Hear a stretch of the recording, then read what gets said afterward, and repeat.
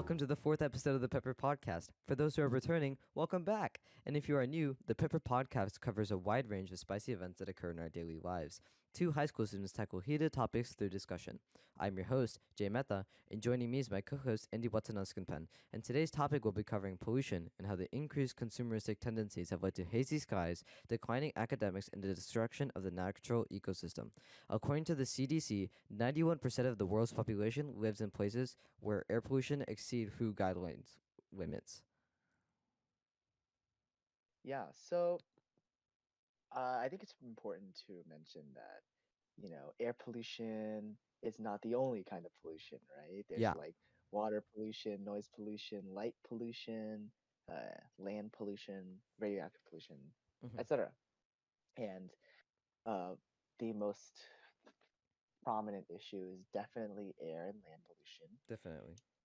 because, as you mentioned, the WHO stated that 91% of the world's population who lived in places where air pollution exceeded the WHO guidelines. So they were exposed to dangerously high levels of air pollution. But it also contributes to 11.65% of deaths globally. So that's an insane number Yeah. that one cause leads to that many deaths. And especially because like air pollution is comprised also of so many factors. You know what I mean?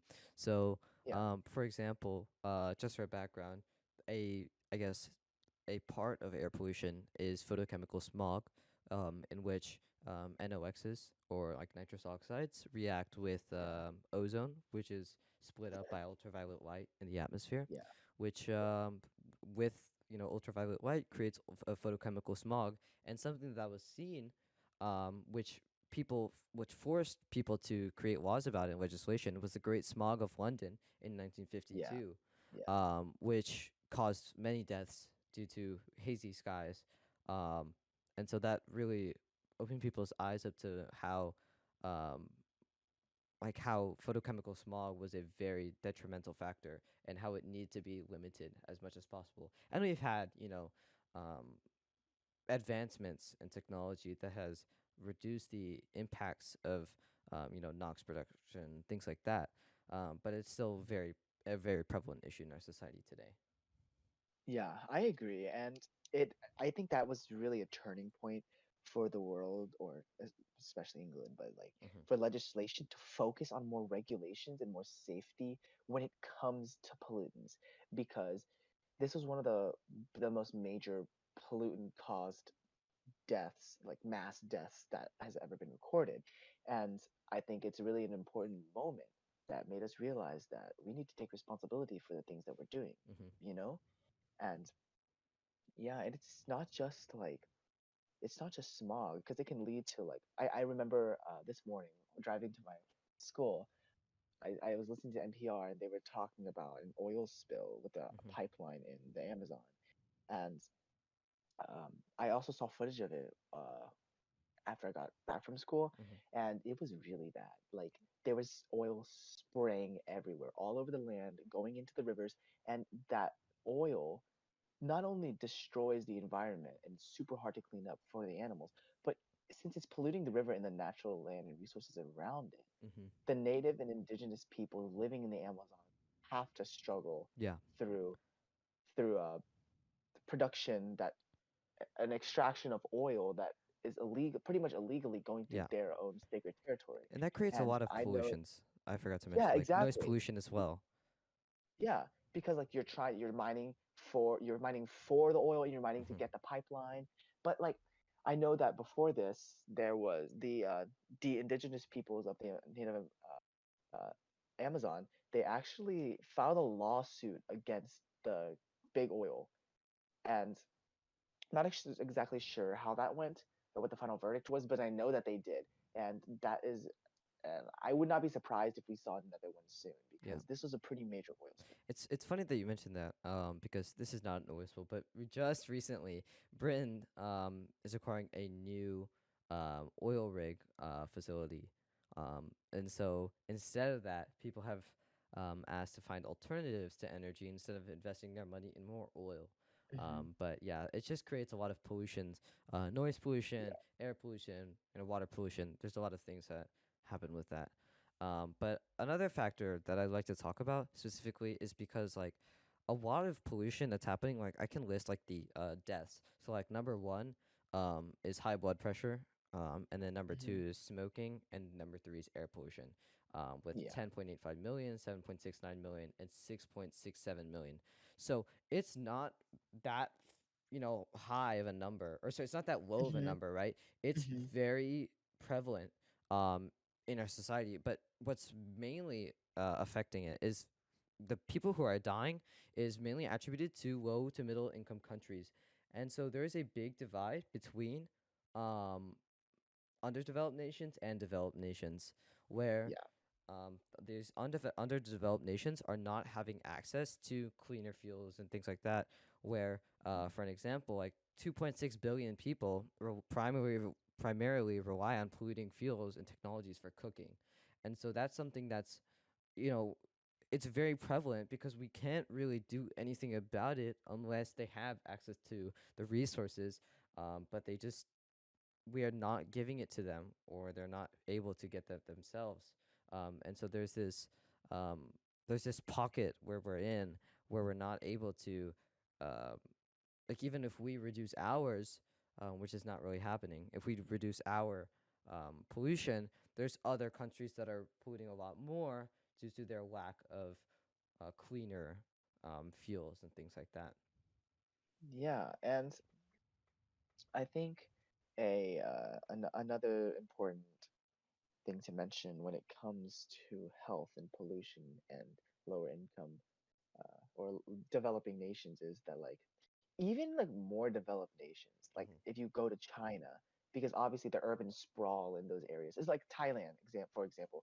It is a developing nation, but it is one of the more developed nations in the area. Yeah. And since I have experience going to Thailand and I've been to China before, I've experienced that firsthand. There's like so much pollution. You can Yeah. literally see the pollution In going India, when it's you go also back to, very bad. yeah, Pollution's when you very go bad. to the city, you can literally see it's blurry and No, it's gray and you can't see. That's the thing. You can't see. You yeah, cannot no, see. if you go to China especially, it's so bad because they don't have the government doesn't have as strict regulations than like the US. You literally can't see it. But Thailand is kind of different because you can see it sometimes, but you can barely see it. That they'll have like advisory warnings and tell you to stay inside or wear a mask Hmm. because it's so dangerously high that they don't want you to Yeah. go outside and risk your health. Yeah. And speaking of which, like Indonesia, um, is Yes, a country yes. where a lot of pollution has been happening recently because a lot of trash has been transported to Indonesia where it's burned by local natives, and the natives are experiencing extreme effects due to the burning of these plastics and things like that because Yeah, they can't compose very or decompose very quickly. So over time, once you're burning, you're getting all these particulates in the air, and they're infecting their lungs, and their lifespans are drastically reducing, which yeah. is not good. But some tips, going back to, because we are like the declining, like death rates of air pollution has been declining because we've been Hmm. tackling indoor air pollution, which is good. So some Yeah. tips is to conserve energy, to carpool, and then just try to make sure that your engines and your vehicles are finely tuned. And if ozone levels are high, try to avoid have a cleaner commute, or avoid unnecessary idling, or um, kind of vacationing, as I like to call it, going around, errands. Try to reduce your trips. Um, but yeah. Yeah. And I think that that also plays into the idea. Like I know, for example, when last year when I did youth in government, one of the bills that passed was like more stringent uh, trackers on like cars and like Hmm. taxes on like cars that produce more more carbon monoxide Yeah. that is eventually turned into pollution. It's a pollutant, and increasing that tax would incentivize people to either switch to a cleaner energy car or commute less, take public transport, or rely on that more. Even though I know it's also important to realize that, like, especially in Tennessee, Yeah. public transport doesn't the infrastructure is really bad. It's pretty much If you go to like non-existent in Tennessee. exactly, if you go to like New York City, there's a subway. Everyone relies on the Yeah. subway or the buses. But Yeah. when you come to Nashville, everything's just driving, driving, driving, Yeah. driving. And that's something So, I really I don't like about our area, because I mhm, believe there was actually a big transit system that was about to happen, in yeah, Nashville, but the Koch brothers like intervened, and it ended up not passing.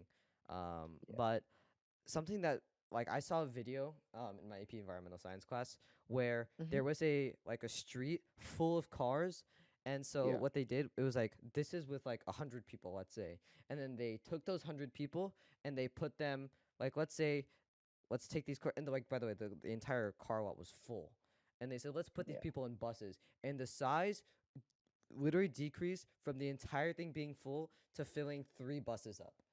And that's like so mind-boggling, because like, yeah, as human beings, and like as we get into our cars and things like that, no, but we gain a sense of privacy, but we're also like, there's so much space that we're using up, and there's so many resources that we're using just to yeah, have this kind of sense of, um like, the sense of privacy. And I mhm, feel like that's definitely something that's impacted the, carbon monoxide, carbon dioxide production to the atmosphere. And a recent technology, not quite recent, but something that has helped, reduce carbon monoxide, which is a, poisonous gas for humans, mhm, mhm, is catalytic converters, which yeah, try to convert, carbon monoxide to carbon dioxide. Um, yeah. and so, as well as trying to reduce particulates and things like that, which is good. However, there are some people in Tennessee, and also in the other areas, that do not believe in catalytic converters. And so Yeah. the people that do not believe in catalytic converters are merely just increasing the carbon monoxide, into the atmosphere, and the NOxes in the atmosphere, which can only be worse for us. You know what I mean? You're not gaining Yeah, anything from that situation. Um, exactly. I, Yeah, and like, it's really hard to change people's habits and state of mind and what they believe in, what they think mhm, is cool, because I know at my school a lot of people like whose hobbies is to work on cars. mhm. That's cool, right? But like it kind of it's kind of strange that like they'll take off like their exhaust or something to make Yeah, it louder, yeah. so like you can hear it a lot better, but like, that's Although you definitely hear it not. better, like, you're not really gaining anything. You're only Exactly, making the environment exactly. worse. Um, Yeah, I just don't know. I yeah. guess people are not, either they are environmentally conscious and they just choose to do it, or they are not environmentally conscious. So I feel like Yeah. for the people that I are not environmentally conscious, it's important to provide education for that, going But into I the think future. even if they are environmental, they don't feel like it applies to them. They're Yeah, quick to blame corporations. Was like, yes, it is important to hold corporations to an extent, right? yeah, And because they contribute to so much of the world's hmm, pollutants that it is not easy to negate. But yeah. It's a on the mindset. individual level, on average, a person's carbon footprint, Hmm. on average, is about 16 tons in the US. Yeah, That is a huge amount. yeah, And making changes, small changes like deciding to bike somewhere, even though I know that's sometimes unrealistic, especially where I'm from, because like you have to use a car, yeah, but like, or like changing diet, right? Instead of relying on shipping from places all the way from across the U.S., hmm, you rely on like local farmers. And this ties into last week's episode about relying on local farmers and supporting that business. hmm. It has many benefits Yeah, because carbon footprint isn't just the amount of carbon dioxide you produce or anything like that. yeah. It's the amount of labor and the carbon dioxide that's produced, or the carbon and the emissions that are produced from that labor to get you your product and everything you don't necessarily take into account. A big perpetuator of that is deliveries now, Hmm. Amazon, in which now they're, your 2 day shipping, things like that. Packages need to move quickly, and so Amazon has, and Amazon's a story for another day, but they've meticulously planned and strategized, and created an entire delivery business, separate Hmm. from their pretty much warehouses.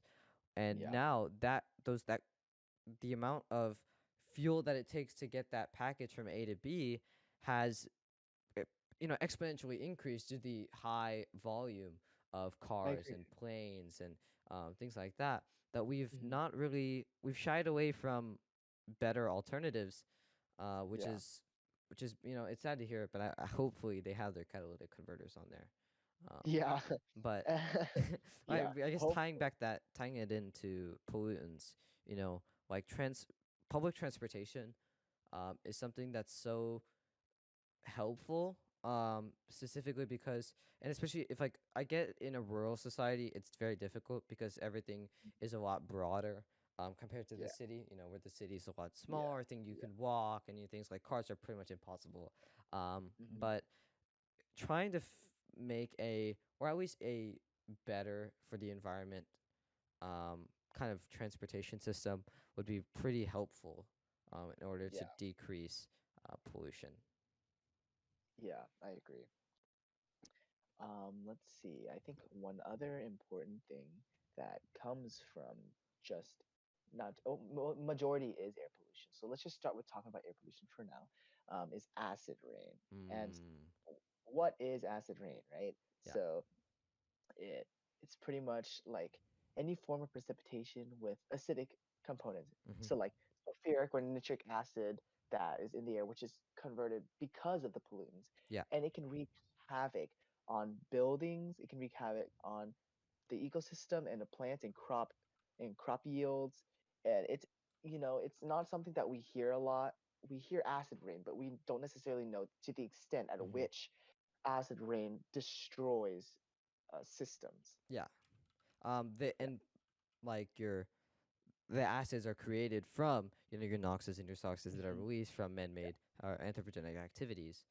Um, exactly. Yeah, exactly. Anthropogenic activities, they create, you know, yeah. the pollution. So like the nitrate goes in the air, the sulfates, everything, Yeah. and then the gaseous pollutants in the atmosphere, they particulate with the pollutants, Yeah. and then they cloud in the water, and so it rains down. So that's why sometimes in like cities that are heavily polluted, you can see like some of the statues that are there. They're like starting. They look like they're kind of melting, or they have holes in them. That's because of the acid rain, Mm-hmm. and that's on a statue, Yeah. right? Yeah.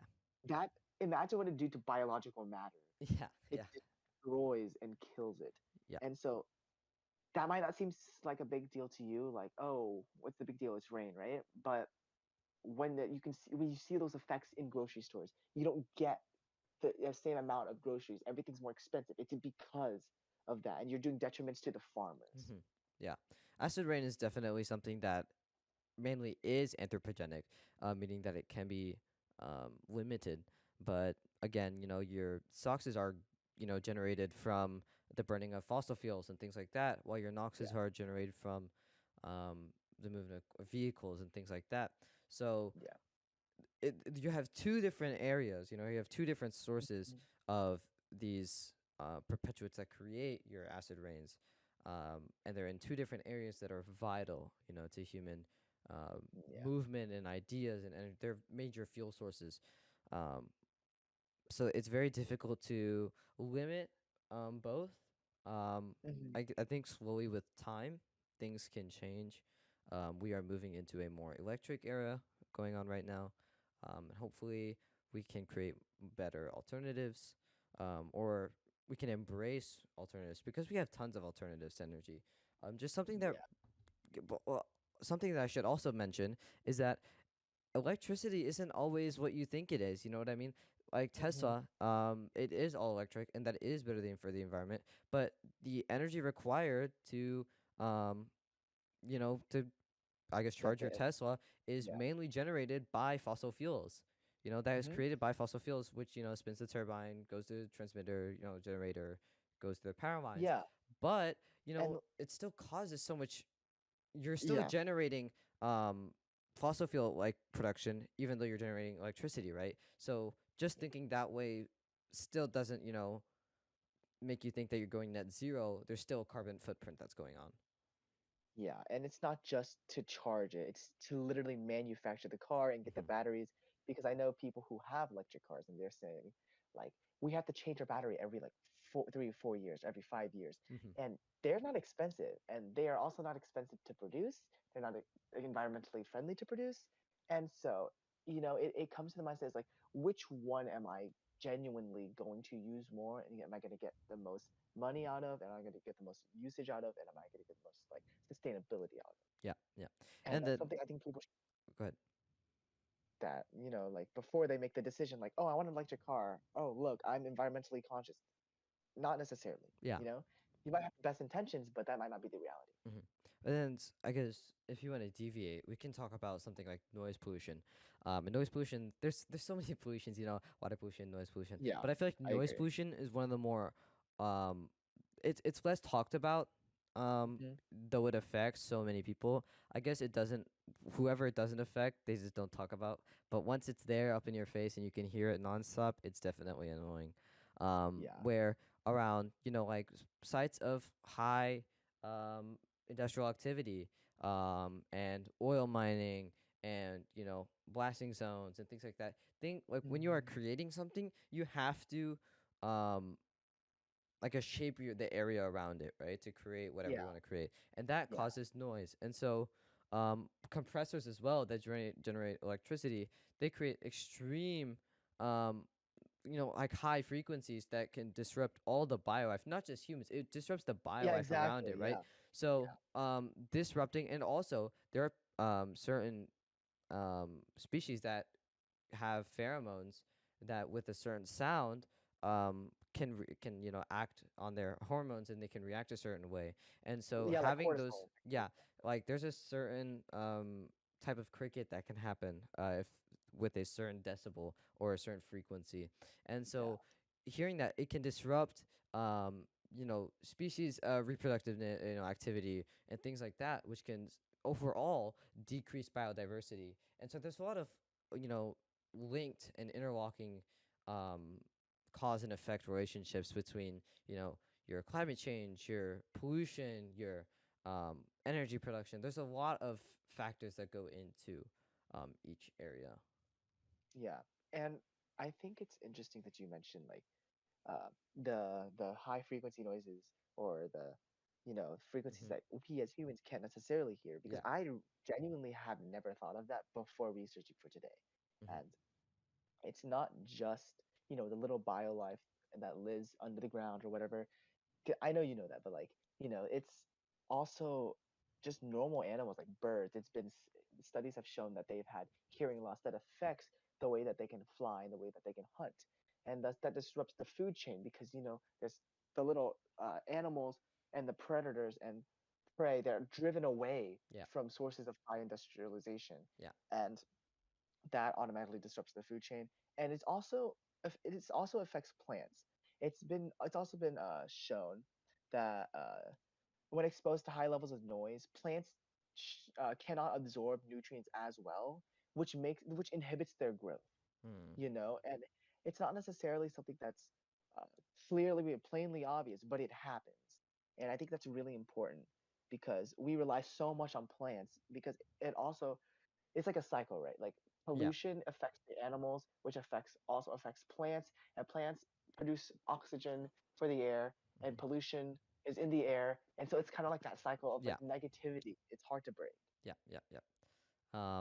It's definitely, it is a perpetual cycle. I feel like I mentioned that every single episode, but yeah, there's Yeah. a perpetual cycle that's just constantly, it's just negative, constantly negative. And so it's a negative feedback loop where it never ends, no matter what, which is very detrimental, because it'll just happen nonstop until something big changes, and Hmm. that I predict won't happen for quite some time, probably for the next 50, 75 years, just Yeah. because we rely on energy sources so much, and we rely Hmm. on these things to produce in our daily, like, to affect our daily lives for the better. And so Yeah. removing those from our daily lives will definitely be very difficult. um, Yeah. but then there's Yeah. also so many other pollutions, like water pollution. Water pollution can happen from oil rigs, oil spills and things like that. like the Deepwater Yeah. Horizon oil spill, which is very big. Um, Yeah. you know, Yeah. and it's Yeah. very difficult to clean it up. There's mainly three kinds of cleanup methods, which is like skimming, and then there's also like booms and aliments that can just Mhm. go in and kind of try to absorb however much it can, and then there's chemical dispersants, which go in, and there's like microbacteria that eat oil, um, Yeah. but Yeah. it's extremely difficult. Um, to remove it, and it toxifies um, the wildlife around it to where a species will have a die out era. It will eventually, hopefully, come back, but they will come back um, with Yeah. with poison in their lungs, and it's stored in their fatty tissue, and so eating that would be make people ill. So that's definitely a big issue. Yeah, I agree. And water pollution, a lot of things that we don't necessarily realize is like fertilizers.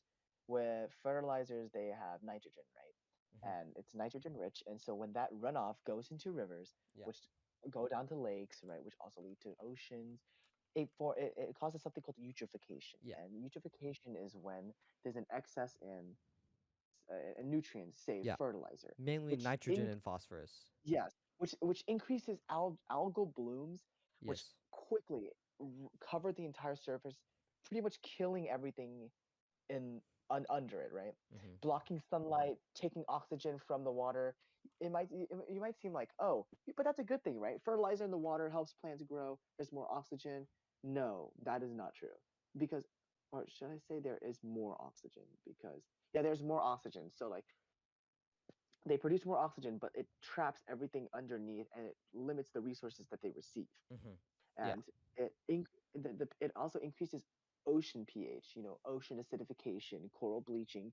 All that is caused by pollution, and it has immense effects, Yeah. not just us humans, but for pretty much every single animal in the ocean and the lakes Hmm. Did you and mention off aquatic a ecosystem. die-off zone, hypoxic zone? Mm, no, no, no. So like the I haven't. spread of algal blooms across the area creates this like hypoxic zone, which is there's no oxygen in that area, which creates a Yeah, significant die-off of the biolife in that area. And so there's a lot of dead fish where are associated with algal blooms and things like that, which is also very bad. Um, but then moving off of that, we also have thermal pollution that's created when there's like a high, where there's a lot of heat that's generated and that's being put into water, which increases the temperature that creates that coral bleaching that you were talking about. That creates the like severe changes in temperature is not very good for the biolife in there, and so there's like a lot of fish yeah. die-offs and things like that, which are not good. Yeah, because like like fish, they're very sensitive to temperature changes. That's why like say you had a pet goldfish, right?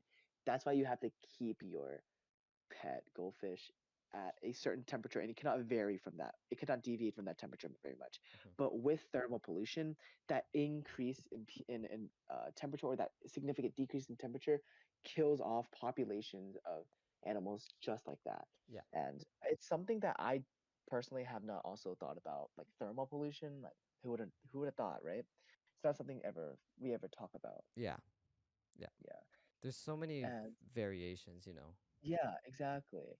And it's while not as common as land and air pollution, it's still out there. Thermal plumes from power plants, where they like mix in together concentration of chemicals that produce such high amounts of heat because they're exothermic, right? Hmm. They the heat levels, they go above 40 degrees Celsius, and so that change in water significantly decreases the survival rate of many species Yeah. around the area. Yeah. And so talking about coral bleaching, there's been a lot of coral that have not been able to come back from it. um, Mm. and there have been some that have changed colors due to the extreme effects, but mainly have gone white. But some have persevered somehow and turned purple and extra extravagant colors. But these coral, the coral are extremely important to our ecosystem because they protect the coastline from tides. They also serve as not only food for species like clownfish, but they also serve as homes for others. Sorry, other way around. They serve as homes for clownfish, Yeah. but they serve as food for others. Yeah. So it's not only detrimental for them, which leads to a die off, but it's also detrimental to us, because Hmm. there's a lot of species that cannot um, Yeah. recover, and that are main staple in our diet, which Yeah. forces us to look elsewhere. Yeah. So I think that we can come back to like human health because Yeah. I think that's something that is recognized Hmm. but isn't stressed. And I think it should be something that's stressed because, say, for example, if we were talking about noise pollution, right? Yeah. Noise pollution, it has been shown that uh, noise pollution causes an increase in heart disease, increased blood pressure, anxiety, stress, sleep deprivation, all which it negatively affects the human body. But that also ties into the economy, right? When people can't work because they're staying home sick, they have to go to the hospital, they're Mm. taking away labor from the market, Yeah. and that productivity loss means money lost for the company and an overall economic loss for the country. Yeah. And I think that if we highlight that, if we want to see change from the federal government, we need to highlight the economic loss that is possible from high amounts of pollution that is already happening because Yeah. the government likes to operate around money, and Hmm. because money is a very powerful force in human society, Yeah. and we're pretty much driven by money. So I think that recognizing that it has effects on the economy, and it's not just human labor that's lost. It's also, the amount of money that's spent cleaning up oil spills or cleaning up Hmm. disasters caused by pollution, you know, and taking away from local economies because it's polluting Yeah. uh, It's local yeah. It's devastating from ecosystem. local areas as well. Exactly, exactly. I think it all ties back in, to pollution is only one aspect of a greater scheme of things. But we mainly want to target pollution because it affects species specifically, not over time. It affects us now, and so we're directly, generally seeing the effects Hmm. of some pollutions. Some pollutions take a while, Yeah. like for example, our catalytic converters with air pollution. Some of that takes Yeah. some time to show, but mainly you see, because noise pollution is very loud, you see a direct Mhm. correlation between, you know, disruption of species or dies offs of species compared with increased pollution levels. And so I guess one thing that should be important is number one, trying to um, ask for your local governments to include legislature around like um, trying to limit the amount of um, like noxes or soxes or things like that, because Yeah. our county at least they're ending emissions testing, and so we are not required to emissions test now, and so we can't really gauge how much pollution we're putting out there, which is not good. So trying to include legislation that limits the amount of pollution that we produce, trying to take public transit. That's important if you can. I've ridden the bus to school. Um, Yeah. pretty much, yeah, my whole life. So I feel like I've saved um, I've reduced some pollution. Um, then again, I still produce pollution. But if you'd like to, I guess, gauge how much pollution you're putting out there, or just gauge what Yeah. you're doing, there's a site where you can talk about, or how many Earths people would need to sustain like a person like you, Yeah. and so that can really gauge how much pollution you're putting out there, how much carbon dioxide, Mhm. how many fossil fuels and things like that they're putting out, which is not good. Yeah. But it also Yeah. gives you an insight, to Mhm. what you can do to fix or change about your lifestyle that can help the environment as a whole. Yeah. And I've also seen websites like that where I put in my lifestyle and it said how many Earths that would need Yeah, to sustain my lifestyle. yeah. Yeah, and it was really mind opening because mine was like 2.5 or 3. Mine But was I saw, around there. Mine was pretty low. yeah, yeah, I saw some who were like 8, Yeah, 10, 12. I was like, are you kidding me? yeah. Like, one person might not seem to make a difference, but when billions of people think like that, that's when it makes a It difference. adds up very quickly over time. Exactly. Even in your local community, you can see it add up. You know what I mean? Because you Hmm. might be in a small number, but there are other people that produce a lot more than you. Yeah. And there are people that produce less than you. But the I guess it's increasing nowadays.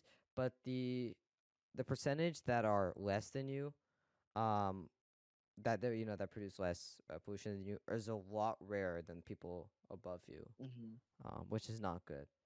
So trying to Yeah. encourage people to limit their pollution that they're putting out, and then just increasing the exposure to really what pollution is doing to our atmosphere and our environment. Um, Yeah. that would And that'd be a more of an eye opening experience than not. yeah. And I think that one other pretty important uh, thing that I need to mention that Hmm. also not only affects me, but my community and friends I know at different schools and like maybe listeners like you if you're in Hmm. school are it's something called TRI sites or toxic release inventory. And there's TRI sites are sites in which toxic chemicals are released in a kind of like in a massive area. Hmm. And usually TRI sites are found within low socioeconomic areas or like impoverished communities. Mm. And it has been shown by various studies that that schools near TRI sites have seen declining academic achievement and Mm. academic progress. While yes, it is important to make note that these are schools that are impoverished, so that they have other struggles outside of school. But Yeah. there's a correlation between the the continuation of a TRI site Hmm. and the amount of TRI sites Yeah. with the declining academic achievement, lower ACT, lower SATs, lower standardized test scores, That's all of interesting. that. Yeah, and it's also shown to affect pregnant women and like the babies actually are they're born with like diseases because they're affected by the toxic chemicals that's found in the area. It's good that you mentioned that. That reminds me about um the incident about Love Canal, and how we Hmm. do have Hmm. some legislation in place. Like Superfund that was in response to Love Canal, in Yeah. which a residential area was built upon a an abandoned mining site where the um chemicals had gone into the water, and a lot of the families there um, suffered extreme, like the children born had physical defects. Um, People got sick very quickly, and so the Superfund was very quick to pass, seeing Hmm. as it, to prevent, to ensure that the people who went and they had coal mines and things like that, they make sure that they they clean up after themselves, which is important. Yeah. Yeah. And you know that all comes back to the right policies Yeah, and the right push for change and the right political leadership and partnerships.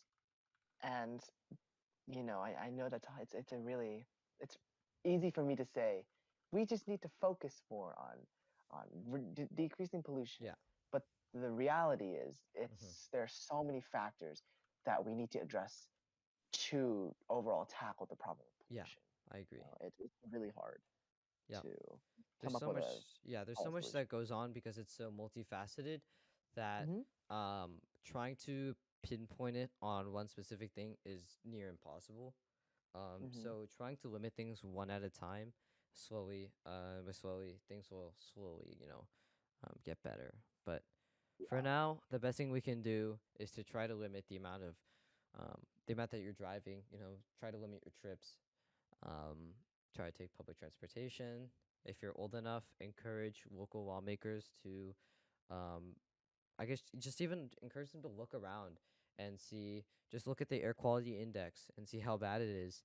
Um, because the pretty much anywhere you go, you can see like something that's um, producing some kind of chemical or something that's increasing the amount of ozone in the atmosphere.